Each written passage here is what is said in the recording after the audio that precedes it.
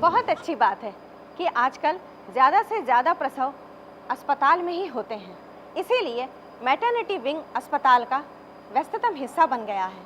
पर क्या ये हिस्सा पूरी तरह व्यवस्थित है और हम प्रसव के लिए तैयार हैं? प्रसव की तैयारी के लिए मातृ शिशु स्वास्थ्य सेवा केंद्र में सबसे पहले 4 हिस्सों का होना जरूरी है। ये हिस्से हैं अवलोकन या ऑब्जर्वेशन कॉर्नर,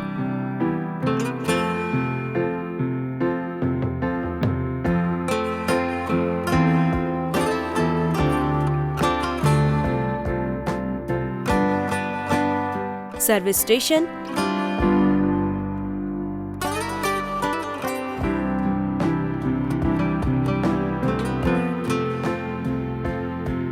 प्रसव कक्ष या लेबर रूम,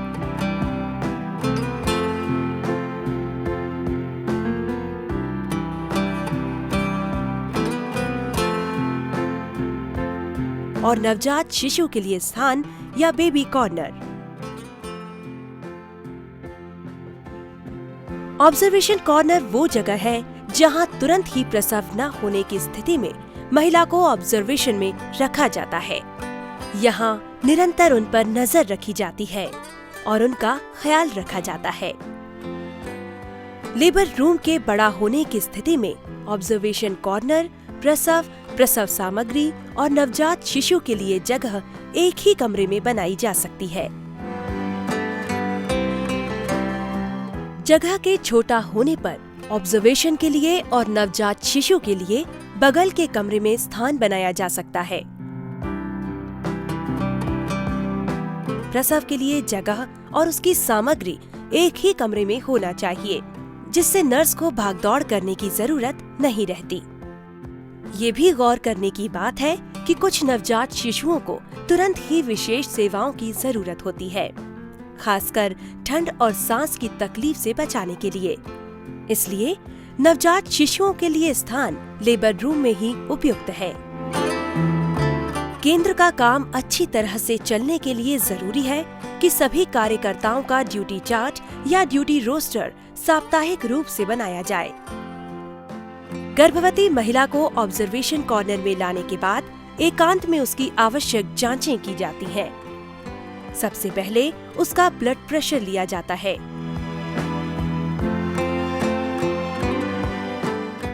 महिला के पेट का परीक्षण किया जाता है एवं स्टेथोस्कोप की मदद से शिशु की धड़कन देखी जाती है और महिला का तापमान नापा जाता है। फिर महिला की अंदरूनी जांच होती है।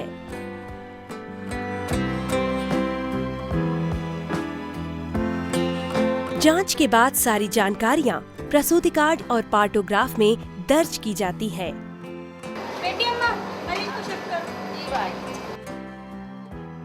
जैसे ही पेशेंट आता है लेबर पेन्स में, उसको हम ऑब्जर्वेशन रूम में रखते हैं और जैसे ही वो फिर इस कंडीशन में होता है कि हाँ फुल डायलिटेशन है, 1 घंटे के अंदर डिलीवरी हो जाएगी, तो उसको लेबर रूम में शिफ्ट किया जाता है और लेबर रूम में शिफ्ट करके उतने समय तक ऑब्जर्वेशन रूम से यहाँ तक आने में पार्टोग्राफ भरा जाता है। और जो चेकअप होता है फ्रिक्वेंटली, उससे हमको पेशेंट की कंडीशन पता चलती है और यदि मान लीजिए कि कोई कॉम्प्लिकेशन है या हाई रिस्क है तो उसको हम टाइमली जो है हायर इंस्टीट्यूशन को रेफर कर देते हैं। प्रसव समय निकट होने पर महिला को लेबर रूम में भेज दिया जाता है। लेबर रूम में जगह के हिसाब से 1 या 2 लेबर टेबल होती है। यहाँ 2 लेबर टेबल के बीच एक पर्दा होना चाहिए और लेबर टेबल पैरदान वाला होना चाहिए। कक्ष हवादार और रोशनी वाला होना चाहिए। कक्ष में वर्किंग टॉयलेट और हाथ धोने के लिए अलग से वॉश बेसिन होना जरूरी है। लेबर रूम में रंग से पहचाने जाने वाले कचरादान होने चाहिए, जिनमें अलग अलग तरह के कचरे फेंके जा सकें। प्रसव कक्ष में 5 ट्रे होनी चाहिए। ये है डिलीवरी ट्रे,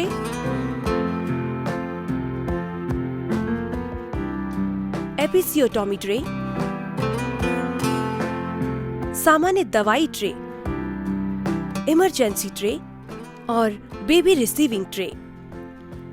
सर्विस स्टेशन में स्टरलाइजेशन के लिए आवश्यक उपकरण और 5 ट्रे होनी चाहिए। पार्टोग्राफ से नर्सों की ड्यूटी बदलने पर केस की पूरी जानकारी दूसरी नर्स को मिल जाती है।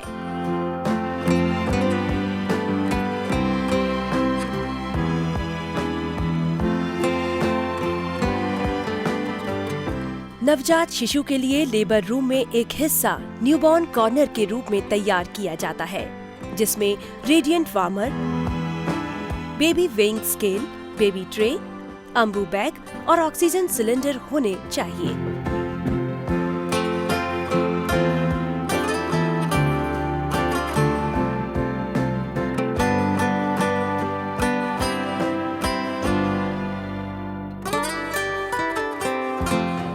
जन्म के बाद शिशु की नाल काट उसे बेबी ट्रे में रखा जाता है।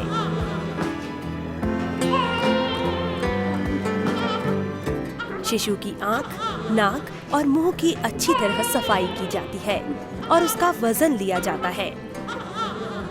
यदि शिशु का वजन कम होता है या उसका तापमान कम होता है तो उसे रेडिएंट वार्मर में रखा जाता है। यदि शिशु को सांस लेने में कठिनाई हो तो अम्बू बैग या म्यूकस एक्सट्रैक्टर का इस्तेमाल करना चाहिए। शिशु को सूती कपड़े में सही तरीके से लपेटें।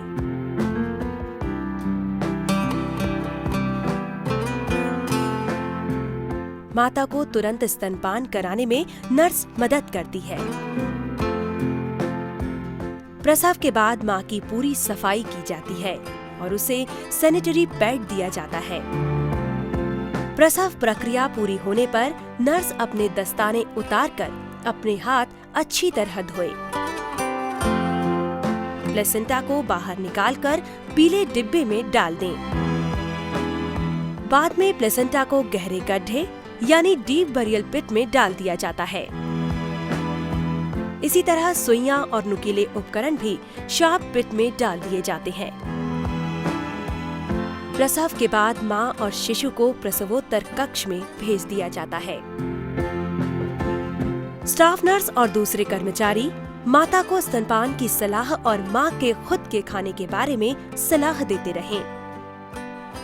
माता से उसके होने वाले रक्तस्राव और दूध पिलाने के विषय में लगातार जानकारी ली जानी चाहिए। साथ ही मां से ये जानकारी भी लें कि उसे प्रसव के बाद कोई तकलीफ तो नहीं है, जैसे अत्यधिक रक्तस्राव या दूध पिलाने में तकलीफ आदि। 24 आवर्स और विद इन 48 आवर्स यहाँ पे उनका जो है पोस्ट नेटल फॉलो अप हो जाता है। और 48 आवर्स के बाद तीसरे दिन हम लोग छुट्टी करते हैं, तो विद इन ए वीक जो है उनका फील्ड में चेकअप ANM के द्वारा हो जाता है। इस तरह पूरे मैटरनिटी विंग को सुविधा संपन्न और व्यवस्थित किया जा सकता है। सारी सुविधाएं रहने से एक तो क्वालिटी ऑफ सर्विसेज बढ़ जाता है, सर्विस की क्वालिटी बढ़ जाती है। जब सारी फैसिलिटी होती है तो काम करने में भी रुचि होती है।